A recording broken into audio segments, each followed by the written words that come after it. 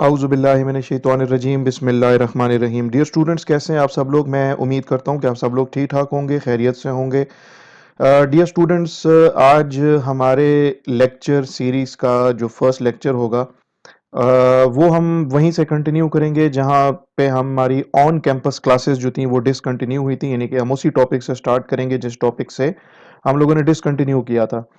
तो as far as I remember, हमारा जो टॉपिक लास्ट जो हमने डिस्कस किया था वो बेसिकली हमारी थी व्हाइल लूप। और हमारे 2 टॉपिक्स रह गए हैं इस चैप्टर के अंदर। ये आपका चैप्टर नंबर 4 है, सी प्लस प्लस का ये पोर्शन है। इसके अंदर हमारा जो टॉपिक आज जो हम डिस्कस करेंगे वो तो है हमारा, एक तो डू व्हाइल लूप और फिर उसके बाद जो है नेस्टेड लूप। ये 2 टॉपिक्स है और इसके बाद हमारा ये चैप्टर आज का जो है कंप्लीट हो जाएगा।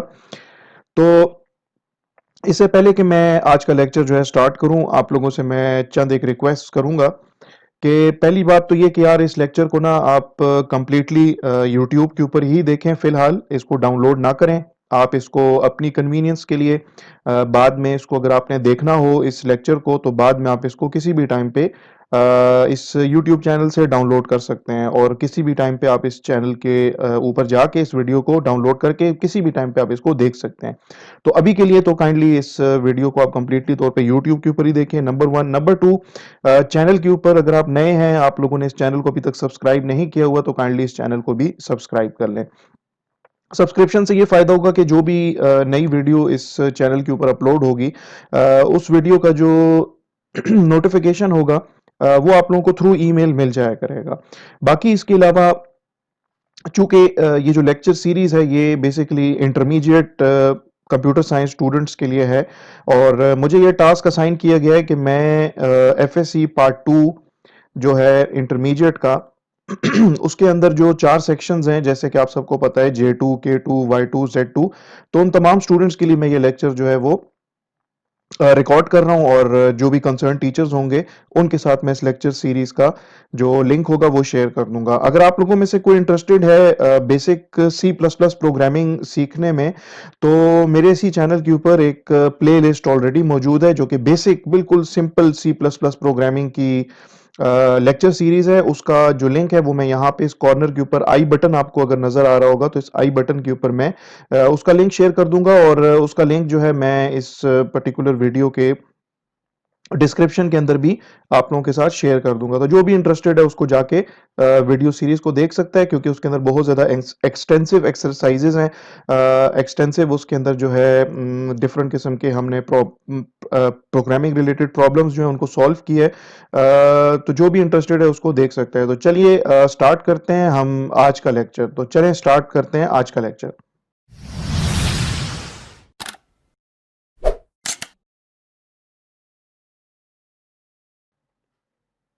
तो डियर स्टूडेंट, जैसे मैंने अभी थोड़ी देर पहले आप लोगों के साथ डिस्कस किया कि हम लोग आज के इस लेक्चर के अंदर जो है डिस्कस करेंगे सबसे पहले तो डू व्हाइल लूप को और उसके बाद फिर हम नेस्टेड लूप्स को डिस्कस करेंगे। तो चलिए और देखते हैं कि जो हमारा डू व्हाइल लूप है वो कैसे काम करता है और उसके ऊपर जो प्रोग्रामिंग एग्जांपल्स हैं आपकी बुक के अंदर उसको भी डिस्कस कर लेते हैं। मैंने यहाँ पे आपकी बुक का पेज है, बल्कि बुक के कुछ पेजेस हैं जिनके ऊपर आपकी ये एग्जांपल्स हुई हुई हैं, उनको मैंने जो है यहाँ पे स्कैन कर दिया है, पीडीएफ फाइल की शक्ल दे दी है। तो यहाँ पे अगर आप देखें ना डू व्हाइल लूप को, तो इस केस में यहाँ पे लिखा है कि some time a programmer wants to execute the loop at least once for some problems. तो जो the do while loop does this and C++ offers the facility of do while loop। ठीक है, the general format of the do while loop, आपका जो do while loop है उसका जो general syntax है ना वो इस तरह से है कि आपने जो है ये कीवर्ड लिखना है, डू का कीवर्ड है। ठीक है, इसके बाद ये ओपनिंग ब्रेसेस हैं और ये क्लोजिंग करली ब्रेसेस हैं। ये आपकी डू व्हाइल लूप की बॉडी है। इसके अंदर आपकी मुख्तलिफ स्टेटमेंट्स हैं, जैसे लिखा है statement number 1, statement number 2 and up to statement number N. एक स्टेटमेंट भी हो सकती है, एक से ज्यादा स्टेटमेंट्स भी हो सकती हैं। अगर एक स्टेटमेंट है तो उसको भी आपने करली ब्रेसेस के अंदर लिखना होगा और अगर एक से ज्यादा स्टेटमेंट्स हैं तो उनको भी आपने करली ब्रेसेस के अंदर लिखना होगा। इसके बाद आपका आ जाता है यहाँ पे व्हाइल कीवर्ड है और इसके अंदर आप अपने लूप की कंडीशन आपने यहाँ पे मेंशन की होगी कि आपका जो डू वाइल लूप है वो कब तक चले, यानी कि जब तक ये आपकी जो कंडीशन ट्रू होगी आपका डू वाइल लूप जो है वो चलता रहेगा। जैसे ही इसकी कंडीशन जो है वो फॉल्स हो जाएगी तो आपका डू वाइल लूप जो है वो चलना बंद हो जाएगा। तो यहाँ पे अगर आप देखें तो बहुत इंपॉर्टेंट एक स्टेटमेंट यहाँ पे लिखी हुई है regarding the do while loop आपकी बुक के अंदर, कि the working of do while loop is the same as the while loop except that the condition in the do while loop is checked after the execution of the body of the loop। मतलब ये कि यार आपका जो do while loop है वो while loop की तरह ही तकरीबन काम करता है, लेकिन एक इसमें मेजर डिफरेंस ये है कि while loop जो है ना वो कंडीशन पहले चेक करता है, it checks the condition first, और अगर while loop की कंडीशन अगर ट्रू होगी तो आपका जो वाइल लूप है वो एग्जीक्यूट होना शुरू हो जाएगा। मींस के उसकी जो बॉडी है उसके अंदर जो स्टेटमेंट्स लिखी हैं वो स्टेटमेंट्स आपकी जो है वो एग्जीक्यूट होना शुरू हो जाएंगी। जबकि अगर वाइल लूप की कंडीशन अगर फॉल्स है, लेट्स सपोज स्टार्ट में ही उसकी कंडीशन फॉल्स है, तो आपका वाइल लूप जो है वो एक दफा भी नहीं चलेगा।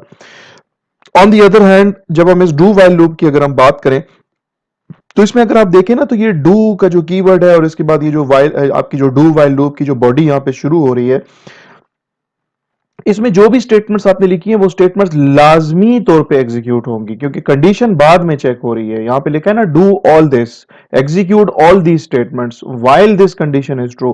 तो पहले आपकी ये statement 1 statement 2 up to statement N ये सारी की सारी एग्जीक्यूट एक दफा हो जाएंगी, फिर उसके बाद कंडीशन चेक होगी कि while this condition is true. अगर ये कंडीशन ट्रू है तो आपका डू व्हाइल लूप कम से कम एक दफा मजीद और चलेगा, लेकिन अगर शुरू में ही कंडीशन अगर फॉल्स हो जाती है ना तो आपका जो डू वाइल लूप है वो कम से कम एक दफा जरूर चलेगा। वो इसलिए क्योंकि डू की जो बॉडी है इसके अंदर जो स्टेटमेंट्स लिखी हुई हैं, all these statements will always execute no matter what, कि आपकी जो लूप की जो कंडीशन है वो बेशक फॉल्स ही क्यों ना हो, फिर भी आपकी ये डू की जो बॉडी है, ये जो कर्ली ब्रेसेस हैं, इसके अंदर जो स्टेटमेंट्स लिखी हैं, ये स्टेटमेंट्स लाजमी तौर पे एग्जीक्यूट होंगी। क्यों? क्योंकि भाई कंडीशन जो है वो बाद में चेक हो रही है, और अगर कंडीशन पहले ही फॉल्स है तो ये स्टेटमेंट्स ऑलरेडी चल चुकी होंगी। कंडीशन अगर फॉल्स होगी तो फिर डू वाइल लूप दोबारा नहीं चलेगी। तो यही इसमें लिखा है कि the working of the do while loop is the same as the while loop except that the condition in the do while loop is checked after the execution of the body of the loop, and the execution of do while loop guarantees the execution of the statements in its body at least once even the condition is false। यानी कि ये जो आपकी जो sentence है जो यहां से शुरू हो रहा है कि the execution of do while loop guarantees, इसका मतलब ये है कि यार ये जो do while loop है ना ये आपको गारंटी करता है कि ये जो do की जो बॉडी है, आपके लूप की जो बॉडी है, इसके अंदर जो स्टेटमेंट्स लिखी हैं ये स्टेटमेंट्स लाजमी तौर पे एग्जीक्यूट होंगी, चाहे आपके वाइल लूप ये सॉरी चाहे आपके इस डू वाइल लूप की जो वाइल की जो कंडीशन है, ये वाइल की जो कंडीशन है, ये वाइल कंडीशन जो है फॉल्स ही क्यों ना हो, आपका डू वाइल लूप कम से कम एक दफा जरूर चलेगा। ठीक है, तो ये आपकी डू वाइल लूप की का एक जनरल सिंटेक्स। अच्छा, वाइल के बाद ये जो कंडीशन है ना, कंडीशन के बाद आपने एक यहाँ पे सेमी कोलन लाजमी लगाना है। ठीक है, ये एक सेमी कोलन है और ये नॉर्मली जो है एक सिंटेक्स एरर है अगर आपने यहाँ पे सेमी कोलन अगर ना लगाया। लेकिन जब हम वाइल लूप पे अगर आपको याद हो तो वाइल के बाद जब हम कंडीशन लिखते हैं तो उसके बाद यहाँ पे सेमीकोलन हमें नहीं लिखना पड़ता, लेकिन डू वाइल के केस के अंदर, डू वाइल लूप के अंदर जो हमारे डू वाइल के अंदर जो वाइल का जो पोर्शन है उसमें जो कंडीशन हम लिखते हैं तो उसके आगे हमें सेमीकोलन जो है वो लगाना पड़ेगा। ठीक है, ये आपका सिंटेक्स एरर होगा अगर आपने डू वाइल लूप लिखा है और वाइल की कंडीशन के बाद आपने यहाँ पे सेमीकोलन ना लगाया हो। यहाँ पे ये आपके डू वाइल लूप का एक फ्लो चार्ट कह लें कि आपका प्रोग्राम जो है वो चल रहा है और ये आपके डू वाइल लूप की बॉडी है। डू वाइल लूप की बॉडी जो है वो लाजमी तौर पे चलेगी चाहे आपके लूप की कंडीशन जो है वो शुरू में, स्टार्ट की मैं बात कर रहा हूं सिर्फ, कि अगर स्टार्ट में आपके डू वाइल लूप की कंडीशन बेशक स्टार्ट में ही फॉल्स क्यों ना हो, आपका लूप की बॉडी जरूर चलेगी। उसके बाद जब आप आ जाओगे यहाँ पे कंडीशन के ऊपर, यानी कि वाइल की जो कंडीशन है, अगर वाइल की कंडीशन अगर शुरू में ही फॉल्स है ना, यानी कि एफ का मतलब है फॉल्स, तो आप अपनी डू वाइल लूप से बाहर निकल जाओगे। लेकिन अगर कंडीशन ट्रू है तो फिर प्रोग्राम का फ्लो क्या होगा, यानी कि अगर कंडीशन ये टी जो लिखा है, टी का मतलब है कि आपकी कंडीशन जो है वो ट्रू है, तो आपके प्रोग्राम की एग्जीक्यूशन कैसे होगी कि आप जो है ना वो दोबारा से यहाँ पे आ जाओगे। इसका फ्लो ऐसे होगा कि आपकी लूप की बॉडी जो है, यानी कि डू जो आपने स्टेटमेंट लिखी है, जो कीवर्ड आपने लिखा है, जो रिजर्व वर्ड आपने लिखा है, और उसके बाद जो आपकी जो ओपनिंग कर्ली ब्रेसेस हैं, जो क्लोजिंग कर्ली ब्रेसेस हैं, उसके बीच में जो स्टेटमेंट लिखी है that is represented by this particular box, जो कि लूप की बॉडी कहलाती है, तो आपकी लूप की बॉडी चलना शुरू हो जाएगी। इसके बाद जो है कंडीशन अगर फॉल्स है तो आप डू वाइल लूप की एग्जीक्यूशन से बाहर निकल जाओगे और रिमेनिंग जो आपकी स्टेटमेंट्स होंगी सी प्लस प्लस की वो एग्जीक्यूट होना शुरू हो जाएंगी। लेकिन अगर कंडीशन ट्रू है तो आप दोबारा से जो है ना लूप की बॉडी में आ जाओगे और लूप की बॉडी के अंदर जो कुछ लिखा होगा वो सारे का सारा जो है वो चलना शुरू हो जाएगा। ठीक है। अब यहाँ पे ये लिखा हुआ है flow chart 4.6 shows the working of while loop. It is not the working of while loop, actually it is working of the do while loop। ठीक है, तो ये इसके अंदर एक करेक्शन आप कर लें, आपकी बुक के अंदर ये एक मिस्टेक है। इस फ्लो चार्ट के बाद आपकी बुक के अंदर एक एग्जांपल है कि उसके अंदर ना हम क्या करेंगे कि we will be using the do while loop and we will be displaying this word Pakistan at least once using the do while loop. ठीक है, कम से कम एक दफा जो है ना आपका डू व्हाइल लूप चलेगा और आपको जो है ना वो लफ्ज पाकिस्तान स्क्रीन के ऊपर डिस्प्ले करके देगा। तो ये आपकी एग्जांपल है यहाँ पे। इस एग्जांपल के अंदर जो है मैंने ये पिक्चर बेसिकली आपकी बुक से ही ली है और यहाँ पे इस जगह पे ये जो कर्ली ब्रेसेस आपको नजर आ रही हैं यहाँ पे इससे पहले डू का कीवर्ड होना चाहिए। ठीक है, I don't know if it is missing in the book और नॉट, मुझे नहीं पता। हो सकता है बुक के अंदर जो है वो बाइंडिंग का इशू हो, बाइंडिंग इतनी ज्यादा क्लोज हुई हुई है कि वो जो डू का जो कीवर्ड है वो शायद छुप गया है। लेकिन आप चेक कर लेना किताब के अंदर अगर यहाँ पे डू का कीवर्ड अगर नहीं है तो इस कर्ली ब्रेसेस से जो स्टार्टिंग कर्ली ब्रेसेस हैं इनसे पहले आप डू का कीवर्ड लगा दो। ठीक है। अच्छा, यहाँ पे देखें आपकी क्या हो रहा है कि we will be displaying this word Pakistan at least once using the do while loop. Do while loop के जरिए से हम इस लफ्ज पाकिस्तान को ना एक दफा जो है ना वो प्रिंट करेंगे। तो इससे आपको ये आइडिया क्लियर हो जाएगा कि यार आपका जो डू व्हाइल लूप है अगर इसकी कंडीशन जो है ना वो अगर शुरू में ही अगर फॉल्स हो तो इसका मतलब ये नहीं है कि आपका डू व्हाइल लूप जो है वो बिल्कुल भी नहीं चलेगा। आपका डू व्हाइल लूप जो है वो एटलीस्ट एक दफा जरूर चलेगा, चाहे इसकी कंडीशन जो है वो स्टार्ट के अंदर फॉल्स ही क्यों ना हो। यहाँ पे जो है ना हमने इंक्लूड किया जी iostream.h हेडर फाइल को हमने इंक्लूड किया conio.h हेडर फाइल को।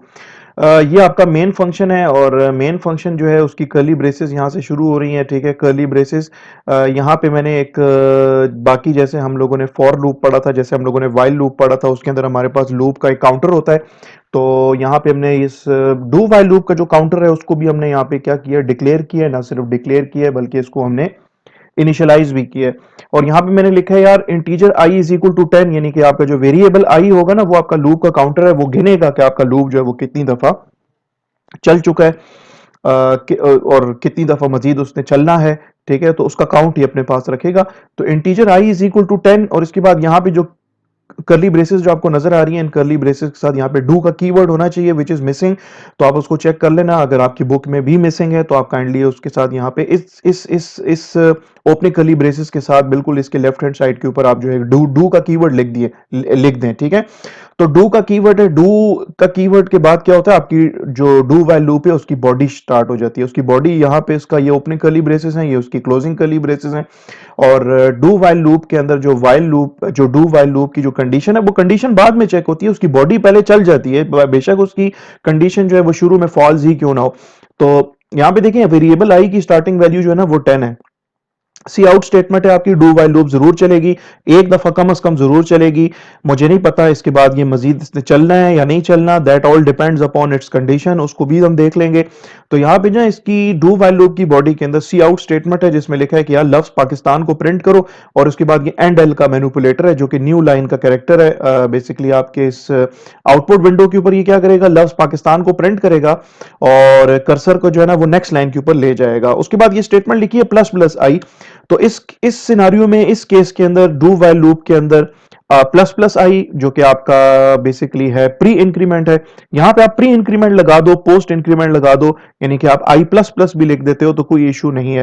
प्लस प्लस आई क्या करेगा, वेरिएबल आई की वैल्यू को बढ़ा देगा, उसकी स्टार्टिंग वैल्यू जो थी वो 10 थी, अब उसकी वैल्यू को बढ़ा के क्या कर देगा 11 कर देगा। ठीक है, तो आई की वैल्यू अब करंट वैल्यू क्या है 11 है। अब जब आपका डू वाइल लूप अपनी कंडीशन चेक करेगा तो कंडीशन में लिखा है कि while i is less than 6, भाई i की वैल्यू तो पहले 10 थी, अब इसकी 11 हो गई है, वैल्यू बढ़ के इंक्रीमेंट हो गई है। तो i की वैल्यू तो 11 है, तो while 11 इज लेस देन 6, तो ये कंडीशन क्या हुई, कंडीशन हमारी फॉल्स हो गई। तो इसका मतलब ये हुआ कि यार ये जो डू वाइल लूप है, चाहे इसकी कंडीशन शुरू में ही फॉल्स क्यों ना हो, ये जो डू की जो बॉडी है, ये जो कर्ली ब्रेसेस हैं, इनके बीच में जो स्टेटमेंट्स लिखी है ना, ये स्टेटमेंट्स कम से कम एक दफा जरूर चलेंगी। तो आपको स्क्रीन के ऊपर ना एक दफा लफ्ज पाकिस्तान प्रिंट होके नजर आएगा। अब चूंकि इसकी कंडीशन फॉल्स है, while I is less than 6, the condition is false because the value of I is 11, 11 is less than 6, the condition is false। तो क्या होगा कि आपकी प्रोग्राम का कंट्रोल जो है वो डू वाइल लूप से बाहर निकल आएगा, और रिमेनिंग जो स्टेटमेंट्स होंगी वो आपकी चलना शुरू हो जाएंगी, जिसमें आपका ये गेट ch का फंक्शन है, ये क्या करता है, ये आपकी स्क्रीन को, आपकी आउटपुट विंडो को होल्ड करके रखेगा जब तक कि आप अपने कीबोर्ड से कोई की प्रेस ना कर दें। और यहाँ पे अगर आप देखें तो एक नई चीज आपको नजर आ रही होगी कि मेन फंक्शन से पहले ना हमने लिखा है INT लिखा है। तो अगर आपने मेन फंक्शन से पहले, ये बेसिकली इसकी रिटर्न टाइप है, हमने फंक्शंस का चैप्टर एक्चुअली पढ़ा नहीं है, और यहाँ पे इस चीज को, इस पर्टिकुलर कॉन्सेप्ट को यहाँ पे इंक्लूड करना भी नहीं चाहिए था as far as my thinking is concern. तो यहाँ पे जो है आप फिलहाल इस तरह से कर लो कि INT की जगह पे आप वही वॉइड रहने दो, VOID जो कीवर्ड आप लिखते आ रहे थे वही लिखो, क्योंकि वो बेसिकली रिटर्न टाइप है। और जब आप यहाँ पे वॉइड लिखोगे तो फिर ये रिटर्न जीरो नहीं लिखना पड़ेगा आपको, ये स्टेटमेंट आपको हटानी पड़ेगी। ठीक है जी। इसके बाद ये आउटपुट ऑफ द प्रोग्राम है, इसमें आपको ना लफ्ज क्या लिखा हुआ नजर आएगा, पाकिस्तान जो है वो आपको स्क्रीन के ऊपर एक दफा लिखा हुआ नजर आएगा। आगे चलते हैं। यहाँ पे जो है आपका लिखा हुआ एक और एग्जांपल है हमारे पास कि consider another program that echoes any number you entered from the screen until you enter zero using do while loop। भाई हमने एक ऐसा प्रोग्राम बनाना है ना जो कि आपसे ना एक नंबर एक्सेप्ट करेगा, यानी कि डू वाइल के जरिए से, डू वाइल लूप के जरिए से हम ऐसा प्रोग्राम बनाने जा रहे हैं जो कि आपसे नंबर एक्सेप्ट करता जाएगा उस वक्त तक जब तक कि आप जीरो इनपुट ना कर लें। यानी कि जैसे ही आप जीरो इनपुट कर लेंगे तो वो आपसे मजीद नंबर इनपुट करना या मजीद आपसे नंबर जो है ना वो मांगना बंद कर देगा, या आपका जो डू वाइल लूप है वो खत्म हो जाएगा। ठीक है। तो इसके लिए हम क्या करेंगे कि ये हमने प्रोग्राम यहाँ पे लिखा हुआ है, ये प्रोग्राम यहाँ से शुरू हो रहा है, यहाँ पे आके प्रोग्राम खत्म हो रहा है। मैं इसको थोड़ा सा जूम कर देता हूँ ताकि आपको ये क्लियरली प्रोग्राम जो है वो नजर आना शुरू हो जाए। तो इसके अंदर आपके पास जो है एक तो अगर आप देखें कि कौन आयो डॉट एच हेडर फाइल है, आपके पास आयो stream dot H header file है, इसको हमने इंक्लूड किया है।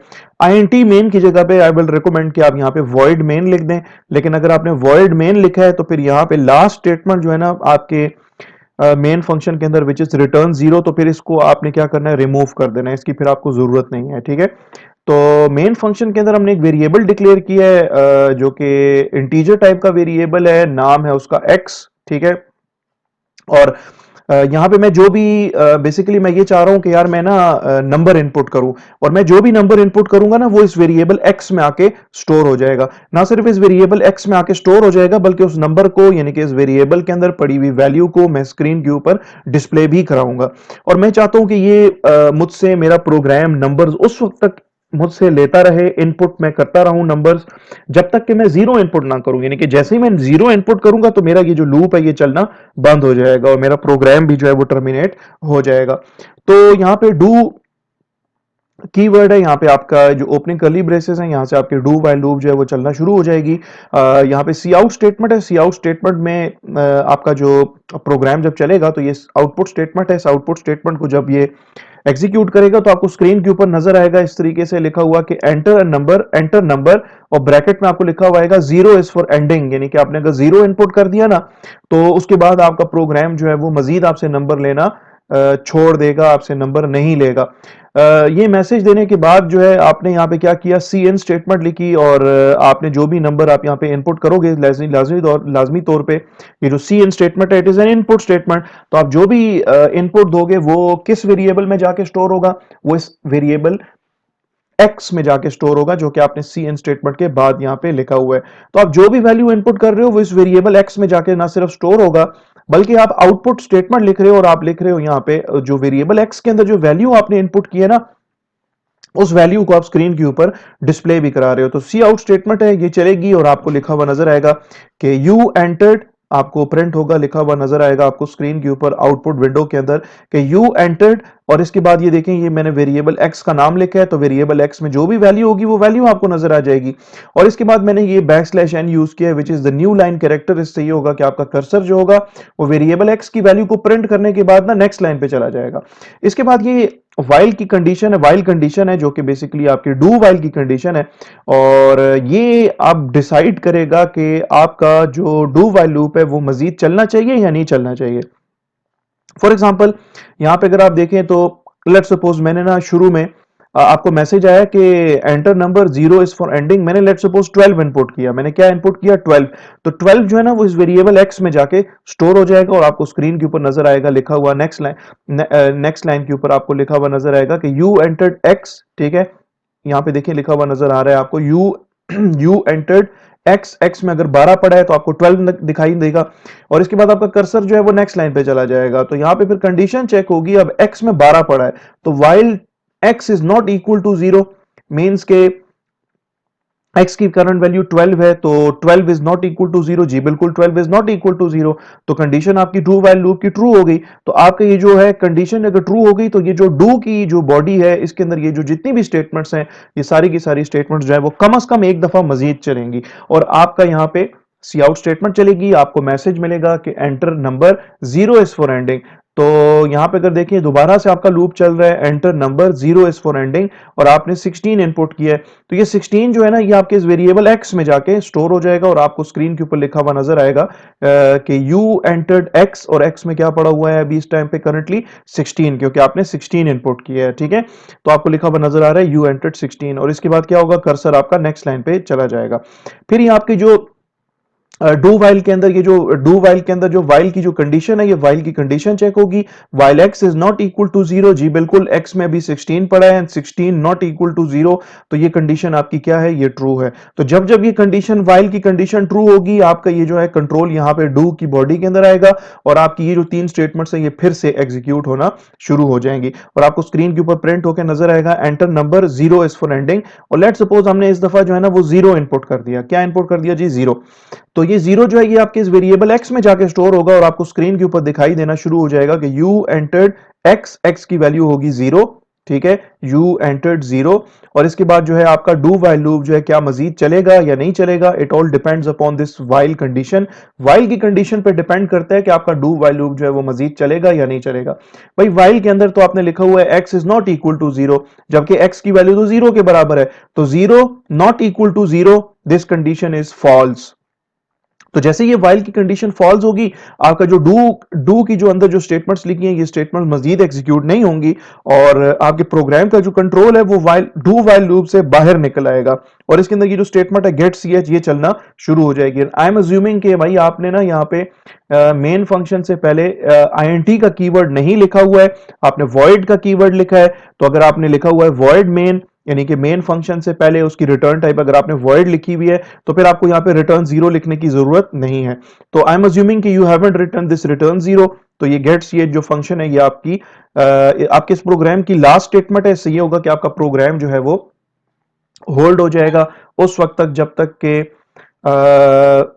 यूजर जो है वो कीबोर्ड से कोई की ना प्रेस कर ले। जैसे यूजर कोई कीबोर्ड से कोई की प्रेस कर लेगा तो इसके बाद आपका प्रोग्राम जो है वो टर्मिनेट हो जाएगा। ठीक है, तो ये था आपका यहाँ पे डू वाइल लूप की जो वर्किंग थी उसके ऊपर हमने जो है वो डिस्कशन की और ये एग्जांपल आपकी किताब के अंदर ही है पेज नंबर 134 के ऊपर। नेक्स्ट है जी आपका एक एक कीवर्ड कह लें, एक रिजर्व वर्ड है कंटिन्यू। ठीक है, कंटिन्यू ये एक रिजर्व वर्ड है। तो कंटिन्यू क्या करता है ये बेसिकली इसके बारे में यहां पे लिखा हुआ है कि द कंटिन्यू स्टेटमेंट यानी कि the continue keyword it provides a convenient way to jump to the start of the next iteration by passing the remaining part of the loop for an iteration. मतलब ये कि यार continue statement जो है ये क्या करता है, ये आपकी जो लूप जब रिपीट हो रही होती है ना, यहाँ पे लफ्ज आइटरेशन आ रहा है, आइटरेशन का बेसिकली मतलब है रेपिटेशन, कि कंटिन्यू स्टेटमेंट जब आती है ना किसी भी लूप के अंदर तो कंटिन्यू स्टेटमेंट के बाद जो भी स्टेटमेंट लिखी होगी ना आपके लूप के अंदर, चाहे वो आपका फॉर लूप है, चाहे आपका वो वाइल लूप है, चाहे वो आपका डू वाइल लूप है, अगर आपके फॉर लूप में, वाइल लूप में, डू वाइल लूप में अगर कंटिन्यू की स्टेटमेंट आ जाती है ना तो क्या होगा कि कंटिन्यू स्टेटमेंट के बाद रिमेनिंग जितनी भी स्टेटमेंट्स होंगी inside your loop, whether it is for loop, while loop, do while loop, वो सारी की सारी स्टेटमेंट्स जो है वो स्किप हो जाएंगी और आपका जो लूप का जो काउंटर है वो काउंटर आपका इंक्रीमेंट हो जाएगा, यानी कि आपकी लूप की ना अगली आइट्रेशन चलना शुरू हो जाएगी, आपकी लूप की ना अगली रिपीटेटिव स्टेटमेंट्स जो है ना वो चलना शुरू हो जाएंगी। जैसे फॉर एग्जांपल यहाँ पे अगर आप देखें तो ये छोटी सी एग्जांपल है आपके समझाने के लिए आपको दी गई है, और इसमें आपको कहा जा रहा है फॉर एग्जांपल कि we are going to skip the number 5 in our countdown. अगर आपको याद हो फॉर लूप के जरिए से, व्हाइल लूप के जरिए से हम लोगों ने एक प्रोग्राम बनाया था जिसमें हम लोग क्या कर रहे होते थे, 10 से लेके 1 तक जो नंबर्स हैं वो हम प्रिंट कर रहे होते थे, स्टार्टिंग फ्रॉम 10 अप टू 1, यानी कि काउंटडाउन हम दिखा रहे थे, काउंटडाउन हम प्रिंट कर रहे थे। तो अब ऐसा काउंटडाउन होगा ना, इसमें क्या होगा कि 5 जो होगा ना 5 वो स्किप हो जाएगा, यानी कि आपका प्रिंट हो जाएगा 10 9 8 7 6, 6 के बाद 5 नहीं प्रिंट होगा बल्कि 5 के 6 के बाद जो है वो 4 3 2 1 प्रिंट होगा। तो इसको कैसे स्किप कर सकते हैं? इसको हम स्किप कर सकते हैं with the help of this continue statement. Continue का जो कीवर्ड है उसके जरिए से हम इसको स्किप कर सकते हैं। तो इसको हम लाइन बाय लाइन डिस्कस कर लेते हैं कि इस कंटिन्यू स्टेटमेंट की एग्जांपल है और वो बेसिकली की गई है फॉर लूप के जरिए से, तो इसको हम डिस्कस कर लेते हैं। इंक्लूड आयो stream dot H header file है आपकी, इंक्लूड की है आपने, इंक्लूड की है कॉन आयो डॉट एच हेडर फाइल को। आई विल रिकमेंड कि आप इस आईएनटी को यूज ना करें बल्कि मेन फंक्शन से पहले आप वॉइड का कीवर्ड लिख दें। जैसे ही आप इस प्रोग्राम के अंदर इनपुट होते हो तो यहाँ पे ना डायरेक्टली एक फॉर लूप चल रहा है, और इस फॉर लूप के अंदर अगर आप देखें तो मैं इसको थोड़ा सा जरा जूम कर देता हूं। फॉर लूप के अंदर लिखा है for integer n is equal to 10, यानी कि आपका ये लूप का काउंटर है, वेरिएबल n है, इसकी स्टार्टिंग वैल्यू जो है वो 10 होगी, और यहाँ पे कंडीशन है n इज ग्रेटर देन 0। जी बिल्कुल n इज ग्रेटर देन 0, ठीक है, n की वैल्यू जो है वो 10 है, 10 is greater than 0, the condition is true. अगर कंडीशन ट्रू है तो फिर क्या करो, ये जो करली ब्रेसेस हैं, ये दो करली ब्रेसेस जो आपको नजर आ रही हैं, इन दो करली ब्रेसेस के अंदर जो है ना जितनी भी स्टेटमेंट्स है ना उन तमाम स्टेटमेंट्स को एग्जीक्यूट कर लो।